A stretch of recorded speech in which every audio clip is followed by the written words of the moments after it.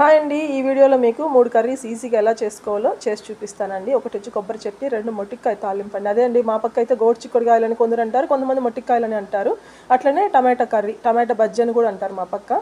So అవి ఎలా చేయాలో చేసి చూపిస్తాను మీకు వీడియోలో. మొట్టికాయలు ఎలా తీసేసుకొని, అదే అండి గోరు చిక్కుడుకాయలు, అవి కొంచెం లేతగా ఉన్నవి తీసుకోండి. ముదిరినవి తీసుకున్నాం అనుకోండి, అది ఉడికిన తర్వాత నారగా పంటి కింద పడుతూ ఉంటుంది, అంత బాగుండదు టేస్ట్.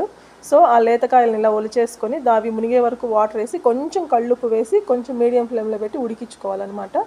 ఇది ఒకటి బాగా చూసుకోండి. ఎక్కువ మరీ ఉడికిపోయింది అనుకో పిసా అయిపోతుంది, పేస్ట్ లాగా అయిపోతుంది తాలింపు, అంత బాగుండదు. కొంచెం 80% 90% ఉడికితే చాలన్నమాట, మరీ ఎక్కువ ఉడకాల్సిన అవసరం లేదు. మనము వేలికి అందుకొని ఇట్లా పట్టి చూస్తే మనకు అర్థమైపోతుంది ఏమాత్రం ఉడికిందని. దాన్ని బట్టి మనము ఇంకా దించేసుకొని ఆ వాటర్ అంతా వంపేసి మళ్ళీ చల్ల వాటర్ పట్టించుకొని కొంచెం వాటర్ అంతా పిండేసుకోవాలన్నమాట. అలా వచ్చే వరకు చూసుకోండి. చాలా టేస్టీగా ఉంటుంది. సైడ్ డిష్గా దేంట్లోకైనా బాగుంటుంది, చపాతీలో కానీ లేకపోతే పప్పు సాంబార్ రసం ఉన్నప్పుడు రైస్లోకి కానీ సైడ్ డిష్గా బాగుంటుంది.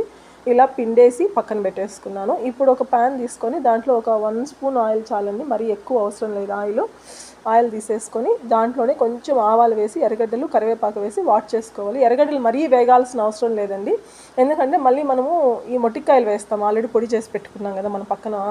ఆ మొట్టికాయలను వేసేసాము కాబట్టి అవి మళ్ళీ వేసినప్పుడు వేగాలి, మళ్ళీ ఆయిల్లో వేగాలి పచ్చివాసన పోయే వరకు. సో మరీ వేగిపోయిందంటే ఎర్రగడ్డ మాడిపోతుంది. సో కొంచెం మీడియంగా వేపుకొనేసి అందులోనే కొంచెం పసుపు కూడా వేసేసుకొని ఇప్పుడు మనం ఆల్రెడీ పిండి పక్కన పెట్టుకున్న మొట్టికాయలు వేసేసుకుంటున్నాము. అంతే, బాగా వేపుకోవాలి. ఇప్పుడు మాత్రం ఖచ్చితంగా సిమ్లో పెట్టి అట్లీస్ట్ ఒక 3 మినిట్స్ అన్నా సిమ్లోనే ఇట్లా వేపుకోవాలండి. వేపుకుంటే ఈ మొట్టికాయలో ఉండే పచ్చివాసన అంతా పోయి టేస్ట్ బాగుంటుంది అనమాట. ఈ లోపల మనము పొడి చేసి పెట్టుకోవాలి. మా పక్క పల్లి పొడి ఎక్కువ అన్నిటికీ వాడతామండి. పల్లీలతో పాటు పసుపు, కారం పొడి, ధనియం పొడి, కొంచెం కళ్ళుప్పు, కొంచెం తెల్లగడ్డలు ఎక్కువ పడితే ఫ్లేవర్ సూపర్గా ఉంటుందన్నమాట. అట్లా పొడి చేసి పక్కన పెట్టుకున్నాము. ఇది పచ్చివాసన పోయిన తర్వాత ఆల్రెడీ మనం మిక్సీ పట్టించుకున్న పొడిని వేసేసుకోవడమే. చాలా బాగుంటుందండి టేస్ట్ అయితే. వేడి వేడి అన్నంలో అయినా కలుపుకొని తినచ్చు, చపాతీలోకైనా బాగుంటుంది, లేదంటే పప్పు సాంబార్ రసం ఏది పెట్టుకున్నా కానీ అద్రిపోతుంది అనమాట. దాని తర్వాత మనము కొబ్బరి చట్నీ చేసుకుంటున్నాము. కొబ్బరి చట్నీకి ఫస్ట్ మనం పచ్చిమిరపకాయలు కడుక్కొని ప్యాన్లో ఒక్కరవ ఆయిల్ వేసేసి వేపుకోవాలండి. దాంతోపాటు మనం ఆల్రెడీ కొబ్బరిని కూడా ముక్కలు కట్ చేసి కడిగేసి దాన్ని కూడా ఆయిల్లో వాడ్చుకోవాలండి. అంటే ఈ పచ్చిమిరపకాయలతో పాటు దాన్ని కూడా వాడ్ చేసుకోవాలి. కొంచెం ఎర్రగడ్డలు కూడా వేస్తాము, కొంచెం తెల్లగడ్డలు కూడా వేస్తే బాగుంటుందన్నమాట. ఆల్రెడీ చింతపండు కూడా నానబెట్టి పెట్టుకోవాలండి, తగు మాత్రంగా. పులుపు ఎక్కువ ఉంటే తక్కువ నానబెట్టుకొని, లేకపోతే మీకు ఎంత పులుపు తినగలుగుతారో అంత మాత్రము నానబెట్టేసుకోవచ్చు. ఇప్పుడు ఇది పచ్చివాసన పోయే వరకు వేపుకున్నాం. చూడండి, తెల్లగడ్డలు, పచ్చిమిరపకాయలు, ఎర్రగడ్డలు, కొబ్బరి లేతగా ఉండేది చూసుకోండి. మరీ ముదురుదైతే అంత టేస్ట్ బాగుండదు, తొక్కగా ఉంటుంది చట్నీ, అంత మెదగదు కూడా, టేస్ట్ కూడా బాగుండదు. మీడియంగా తీసుకోండి, మరీ లేతది కాకుండా మరీ ముదురుది కాకుండా కొంచెం మీడియంలో ఉండదని తీసేసుకోండి. ఇలా దీన్ని వాడ్ చేసుకున్న తర్వాత పక్కన పెట్టేసి చల్లార్చుకోవాలి. ఇప్పుడు మిక్సీ తీసేసుకొని దాంట్లో కొంచెం కళ్ళుప్పు వేసుకోవాలండి. నేను ఏ కూరకైనా కళ్ళుప్పే వాడతానండి.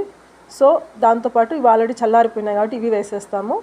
ఇవి వేసేసి దాంతోపాటు కొంచెం చింతపండు కూడా వేసి బాగా మిక్సీ పట్టించుకోవాలి.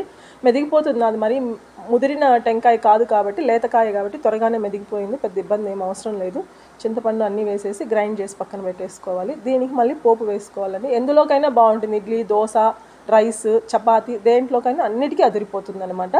సో ఇంకొక ప్యాన్లో ఆయిల్ వేసేసి దాంట్లోనే కరివేపాకు కొంచెం కూడా వేసేసుకొని ఇంక ఈ పోపు ఎత్తేసి, కావాలంటే ఎండుమిరపకాయ కూడా వేసుకోవచ్చు, పసుపు వేసుకోవచ్చు, ఏమైనా చేయొచ్చు. కానీ మాకు అంత వద్దు అన్నట్టు నేను జస్ట్ ఆ పోపు దీంట్లో కలిపేస్తాను అంతే అండి. ఎందుకంటే ఆల్రెడీ మనము ఇవన్నీ ఆయిల్లో వాడ్చాం కాబట్టి జస్ట్ ఊరికే పోపు వేస్తాను అంతే.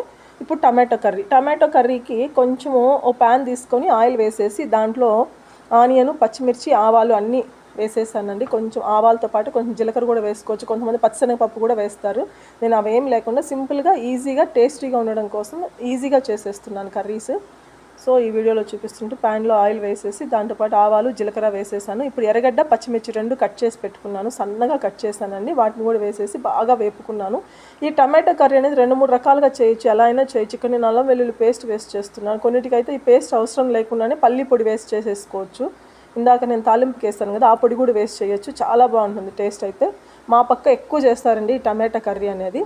ఈ పచ్చిమిర్చి, ఆనియన్ అంతా వేగిన తర్వాత కొంచెం 2 రెమ్మలు కరివేపాకు కూడా వేసేసుకున్నాను. స్మెల్ బాగుంటుంది కరివేపాకు పడడం వల్ల.